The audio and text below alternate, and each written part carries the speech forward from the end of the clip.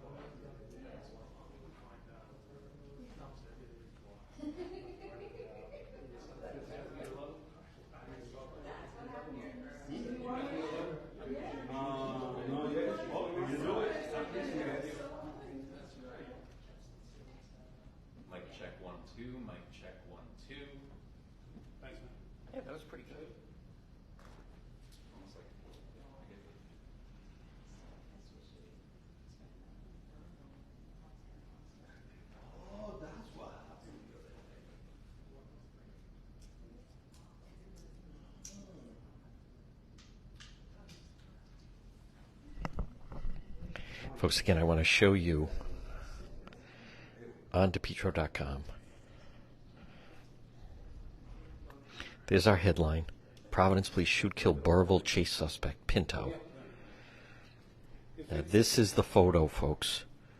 That shows you there's the suspect's vehicle, and that's also the nurse from Women and Infants that we understand is okay.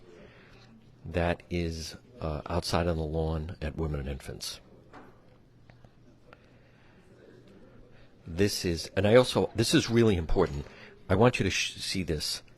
His vehicle is up on the sidewalk. That's really important. If someone could put that into the comments. The suspect's vehicle, see how that's up on the sidewalk. That's really significant. This is also last night. That's outside Women and Infants. You can see the suspect's vehicle in the background. There's the tape up. So, folks, here's some of our video from last night. For those that haven't seen it yet, Chief of Police Oscar Perez.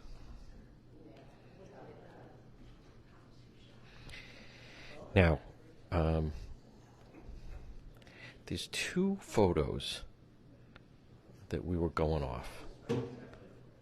2 different photos. Now, this is one photo of the suspect. Now, there was a story that there was someone, Gloucester man arrested, charged regarding a situation with a dog, and that photo was used. So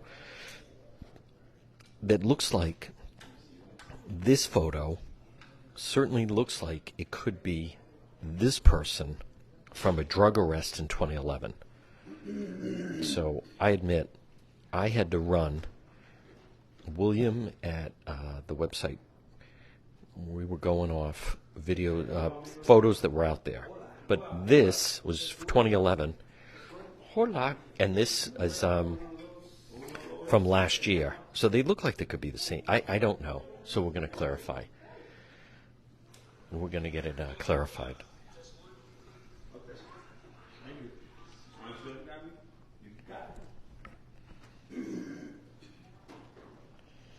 Folks, huge by David Sammartino last night.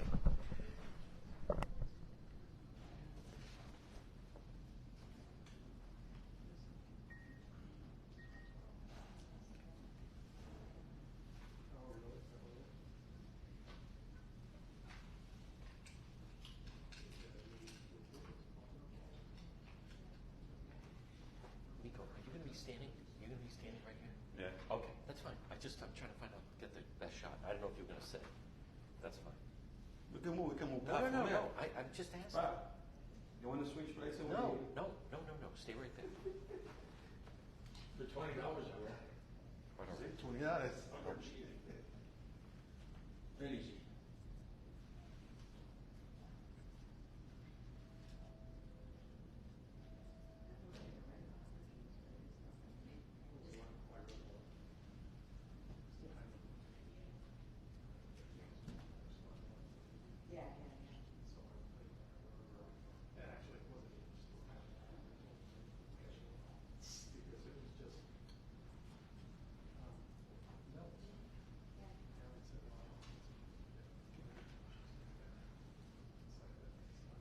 Thank you, David.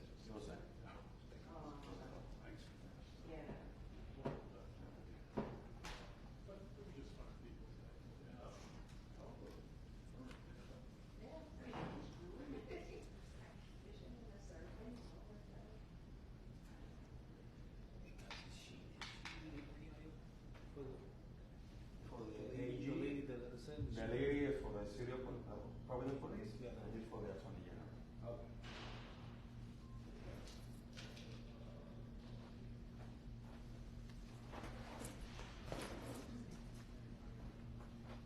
You can stand right here, brother. You can move it up. Okay.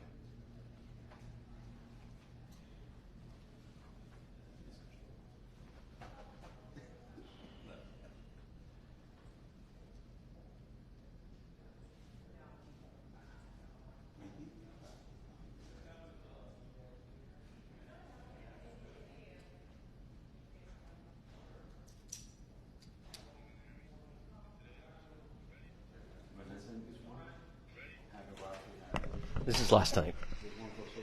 This is Chief Oscar Perez of the province. How are you? How you doing? Good? You ready? Yes, good evening. Today I'm just here to give you an update about what occurred today earlier tonight.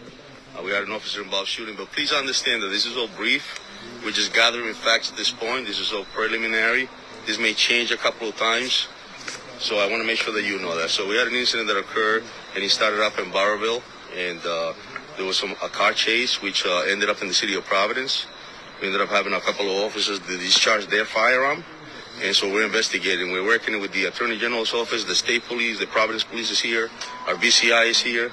So we're just gathering fast. Our detective division is here, and so at this point we're gathering what occurred. We're trying to find out exactly what occurred, but it's all preliminary. So again, 2 of our officers discharged their firearm, and we had an officer involved shooting tonight. What's the condition of the suspect? Again, that's all preliminary. We're investigating it. There was somebody that was taken to Rhode Island Hospital in critical condition, and that's what we have at this point. Chief, was there an incident where a nurse or employee of Women and Infants was somehow pinned by a vehicle? Again, this is all preliminary. It's all investigated. We have our internal affairs is here, the state police, the Attorney General's office. So we want to make sure that we gather all the facts to ensure. All right, folks, here they come.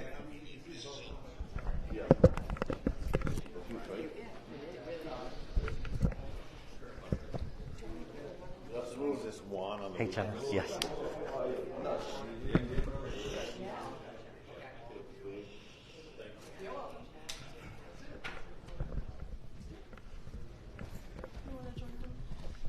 That'd be great.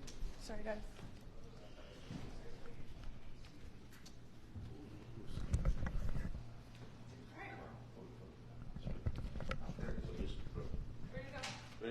Good afternoon. How are you? And so we're here to brief you today on the officer-involved shooting that occurred last night in the city of Providence. I'm also joined today by the Attorney General Peter Narona, the Colonel of the Rhode Island State Police Darnell Weaver, and Chief Stephen Lynch of the Barberville Police Department. At approximately 8 p.m. last night, an initial broadcast came in through Intercity, stating that a subject later identified as Michael Pinto, a 40-year-old male out of 234 Money Hill Road, Chepachet, Rhode Island, had fled from police and was wanted for shooting at a Barberville police officer. The broadcast, a short time later, was changed, stating that actually Barberville PD had shot at this individual for apparently attempting to ram one of their officers. With this information, and moments later, Providence Police Officer Sergeant Colon observed this vehicle coming off Route 10 and onto Dean Street in our city. The officers attempted to stop the vehicle. The operator, Mr. Pinto, then mounted the sidewalk and fled from Providence police officers operating in a reckless manner. This individual was then pursued by Providence police, and at the intersection of Dudley and Eddy Street, he was caught in traffic. Lieutenant Eugene Chin attempted to get this individual out of the vehicle, and it was at this point that this individual put the vehicle in reverse, striking the unmarked police vehicle of Sergeant Rempong, who was directly behind them, and also forcing Lieutenant Eugene Chin to let go of the operator to avoid any injuries. The operator, Mr. Pinto, was then able to maneuver on the sidewalk and again flee from officers. He then drove on Dudley Street towards Gay Street. Mr. Pinto at this point took a right onto Gay Street towards the area of the emergency entrance at Women and Infants Hospital, and again got caught in traffic. Mr. Pinto, in an attempt to flee from the officers, mounted the sidewalk in front of the hospital where a pedestrian nurse was standing. Providence police officers Sergeant Rempong and Sergeant Lopes came up on the vehicle. Sergeant Rempong behind the vehicle and Sergeant Lopes in front of the vehicle. I'd like to say that Sergeant Rempong is a 15-year veteran of the Providence Police Department, and Sergeant Lopes is a 9-year veteran of the Providence Police Department.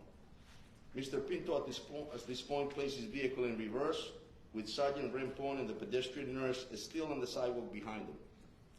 It is at this time that both Sergeant Rempong and Sergeant Lopes discharged their duty weapons.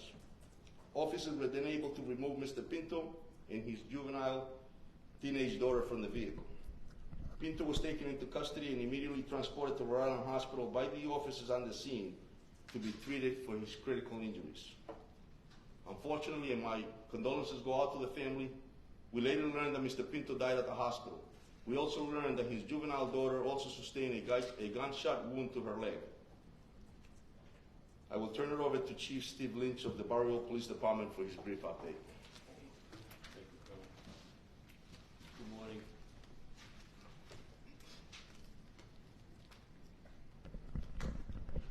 Yesterday, approximately 7:32 p.m., a pursuit was initiated in the town of Barberville involving a wanted male subject, and the pursuit commenced at the Barberville-Gloucester line. The subject was wanted on active felony arrest warrants by both Gloucester and Barberville police for felony eluding stemming from a Thursday, the day before, pursuit initiated by Gloucester, joined in by Barberville, and terminated as the chase entered into the Smithfield area near Bryant College. Last night's pursuit went from Money Hill Road, which is Route 100, to Sherman Farm Road, which is Route 98, into Uxbridge, Massachusetts for a brief period of time. Uxbridge PD assisted in trying to apprehend Mr. Pinto. The pursuit continued from Sherman Farm Road to Route 146A to Route 146 South in North Smithfield. When it entered into the area of Pound Hill Road on Route 146 South in North Smithfield, Sergeant Henry Yakey, who was one of the two main officers involved in this pursuit, instructed officers to terminate the pursuit. At that point, officers discontinued the pursuit of Pinto, killing their lights and siren.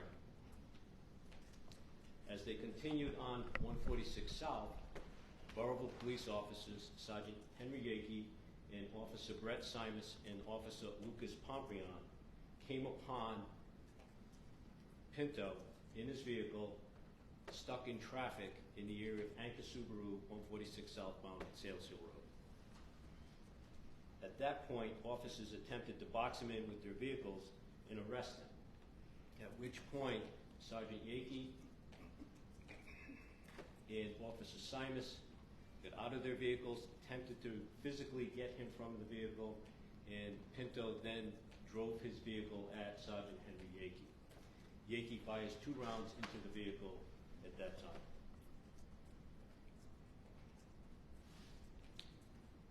After the 2 rounds are discharged by Sergeant Yakey, Pinto continues to evade, strikes another Burrillville cruiser, and continues south on Route 146 south.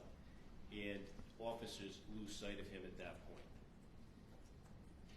Sergeant Yakey was transported to Miriam Hospital, where he was treated for injuries resulting in this altercation. Officers on scene contacted their superiors, who in turn enacted the Attorney General's protocol relative to use of deadly force, where State Police, the Attorney General's office, are now involved in the use of deadly force at the scene at Route 146 South on Sales Hill Road. At this point, I'll turn it over to all of us for any questions. Thank you, Chief. So as the Chief stated, this was a joint investigation, but the Attorney General's office, the protocol was enacted, the State Police and the Providence Police Department, Internal Affairs, just as much as the Burrillville Police Department. So if you have any questions, this is the time to ask. I have a question for Chief Lynch. Could you touch on, so if we understand this properly, one of your officers fired at the suspect, but it went over the radio that it's possible that the suspect had fired on police. Is that accurate? Yeah, I'm not familiar, and we're still in the process of gathering all radio transmissions. I'm not familiar with that transmission and where that originated from, so I can't speak intelligently on that at this time. Mr. Pinto is known to law enforcement, and if I have it correct, he has been arrested in the past for possession of weapons as well. Is that accurate? Yeah, I'm not going to speak because I don't have his criminal history right in front of us. We are familiar with him from some minor contacts within the town of Burrillville, and I'm also familiar with Gloucester, is quite familiar with him as well. Could you just touch on the Thursday incident that he was evading police on Thursday? Sure. At about 3 o'clock p.m. on Thursday afternoon, Gloucester PD is set up on a traffic post, and they ID Pinto. They spot Pinto traveling in a manner that causes them to want to stop him for a motor vehicle violation. Pinto does not stop. That encounter takes place right at the Gloucester-Burrillville line, and the chase goes pretty much instantly into Burrillville, where our officers engage in the pursuit through somewhat the back roads of Burrillville, comes out onto Route 7, into North Smithfield, and then to Smithfield where it's terminated. Chief, what was the maximum speeds by both your police department and the perpetrator? And at what point in time did they identify the presence of a minor child in the vehicle with him? And I guess the follow-up to that is, what is the protocol when there's a minor child identified? Sure. Our people did not identify who was in the vehicle other than Pinto until the aftermath in Providence. Okay. The speeds in the chase on Thursday were in the ballpark of 65 to 70 on the back roads where the speed limits are 25 and 30. And you would describe these, I've been on these roads, but you would describe these as rural, semi-country back roads. There's some beautiful territory, but certainly not appropriate for that level of speed. Yes, sir, correct. Jefe, en español un poco lo que sucedió anoche aquí en la ciudad de Providence y que vino de otras ciudades y terminamos aquí con la muerte del sospechoso. So the question was, if I could please just explain in Spanish what occurred last night, what kind of incidents occurred, and how someone lost their life in the city. So ya anoche lo que pasó fue un incidente en el cual tuvimos una información del medio de radio de que un individuo había efectuado en la ciudad de Burrillville un incidente y potencialmente le ha disparado a un policía. Eso cambió definitivamente y nos dijeron que verdaderamente le ha tratado de pegarle a un oficial. Llegó a la ciudad de Providence, en la cual terminó en un área del hospital Women and Infants, y en ese hospital de Women and Infants esa persona se montó en la acera, trató de hablarse a los policías, un teniente trató de sacarlo del carro, no pudo, y entonces en ese momento, cuando llegó al Women and Infants en el emergency room, 2 oficiales del departamento de policía de Providence le dispararon. Desafortunadamente, mis condolencias para la familia. lo llevamos al hospital en el cual perdió su vida. Estamos en este momento investigando, es una investigación por la Policía del Estado, en la oficina del Attorney General's Office, y eso siempre es un protocolo que se enacta para esto. So. Now that you mentioned Attorney General, Peter, what is your office going to be doing at this moment? Well, the office has been involved since last night, so whenever there's an incident like this, the office responds. In fact, we actually have a team of lawyers. It's a complicated matter. Frankly, there are at least 4 or 5 separate incidents along the way that need to be reviewed, and so pursuant to the protocol, working with the team here, we'll be reviewing it. But our team was on site last night and spent a good deal of time overnight working on this matter with our partners in law enforcement. Is the officer on paid leave right now?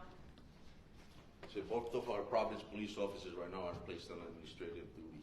So they're off the street until we conduct and finish our investigation. How the state police going to help? Carter? Per the Attorney General's protocol, the state police are brought in to assist with the investigation and anytime there is a deadly use of force. So we are working in conjunction with the Attorney General's office to investigate that. Colonel, can I just ask, Sure.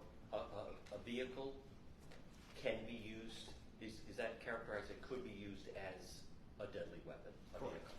Yes. So use of deadly force in certain situations would depend on how the vehicle is being used by the suspect? Correct. And that will be determined during the course of the investigation. Were there 2 children in the car or just 1? There was a juvenile teenager in the vehicle, correct? And not only with the spelling of the names, the first and last names of the officers and which ones were involved in the shooting, but I also heard that the nurse was injured as well. Was she? So the nurse, correct, she was also taken to the hospital with injuries and From the shooting or from being hit by the vehicle? from the incident that occurred. The vehicle on the sidewalk, the vehicle taking actions that operated that he did, and so yeah, she suffered injuries.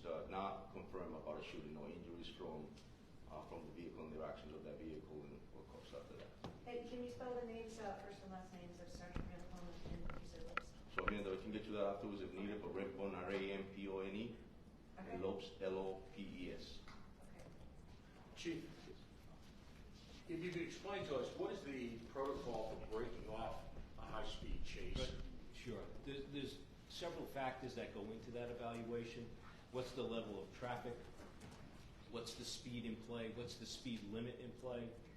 What are the road conditions at the time relative to, is it raining, is it snowing, is it a clear? But level of traffic, mainly motor vehicle traffic and/or any pedestrian traffic. So those factors are, and what's the pursuit for, are all part of that evaluation that goes on in those moments by both the pursuing officers and the supervisor managing that shift at the time. Is that a joint decision, or is that left up to your officers in the field? The officer in the field does have the authority to terminate his or her own pursuit. Ultimately, the officer in charge has the responsibility to either terminate or allow the pursuit to continue. Thank you. What was the initial charge against Pinto? What was he wanted for? What was he wanted for? Felony eluding. Thursday. I'm sorry? Felony eluding. He's wanted as a result of the chase on Thursday. Last night's chase, he's wanted on felony eluding arrest warrants from both Burrillville and Gloucester stemming from the Thursday incident. And why were officers trying to stop him Thursday? Gloucester started that chase in their community for a motor vehicle violation. We know Do you what know what the suspect is? I'm sorry? Do we know specifically what the motor vehicle charge was? I don't know that off the top of my head. Were there any active We warrants know what for the suspect is? Pinto at the time One when at the a time. case began Thursday? No. Chief, last night there was, well, maybe the colonel will speak to it, but there was heavy activity on 146. Could you just touch on, was that in relation to, I believe it was even past the whole Subaru thing, but was there something going on at Sure. 146? I can speak to that. Okay. So there's the scene where Sergeant Yakey discharges the 2 rounds. That's 146 South at Sales Hill Road. Pinto flees that scene. Our officers, when they're able to get back into their cruisers, attempt to, again, catch up to him. They lose sight of him. So they stop at a second point, 146 South at 295. So So if you saw two separate scenes of heavy police presence, that's why. Was a weapon found in the vehicle of the suspect? Or I don't know that a search has been conducted at this point. is it possible That's part of the. he got rid of the weapon, like threw it out the window? I don't know. I can't comment on that. Is the Burrillville police officer who fired his weapon also on paid leave, or? Yes, he is. And so, sorry, I got here a few minutes late. So that happened in near Anchor Subaru, you said, on 146, and then the suspect was shot again in Providence near Women and Infants. Is that what happened? Correct. Now, you guys know what Pinto is. Why you don't go to his house to pick it up before the chase? I have time for 2 more questions, guys. Yeah. Why you police officers didn't show up to the residence to pick him up? Our officers were in the area of Pinto's residence last night when the chase ensued. Chief, where the initial shots were fired on 146, is that North Smithfield? Yes, sir. Do you have an age? And he lives in Burrillville, the suspect? He lives in Gloucester. Gloucester. And then do you have an age? 40 years old. 40 years old. Thank you. Thank you. Just one quick one. With the passing of Mr. Pinto, what happens now with the case? Is there a report drawn formally after the investigation, when will that be released to us?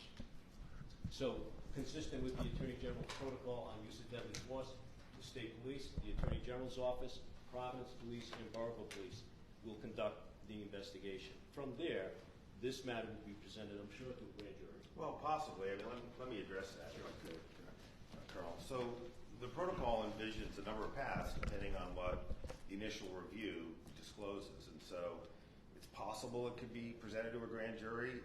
It's also entirely possible that it won't be. I think what the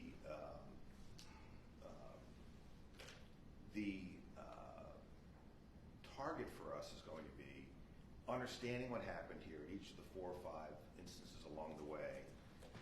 There is body camera footage that we're going to review, and as soon as the recipient witnesses have been identified and interviewed, I anticipate that footage will be released in the relatively short term, in a week to 10 days, and not more than that. And then the decision will be made once all of those witnesses have been identified, the ballistics have been analyzed, the car has been analyzed. There's a warrant for the car that is either being executed or will be. When all of that's put together, we'll decide whether there's a need to go further. But I don't think we should anticipate anything other than right now a review. There is no reason in my judgment, based on what I know today, to make this about the police officers and their conduct. I think what we need to do is understand what happened and then decide whether there's any additional steps that we need to take as a law enforcement matter. Thank you. Lindsay and I will be here to answer any additional. All right, folks, we're going to wrap it up here from the police station.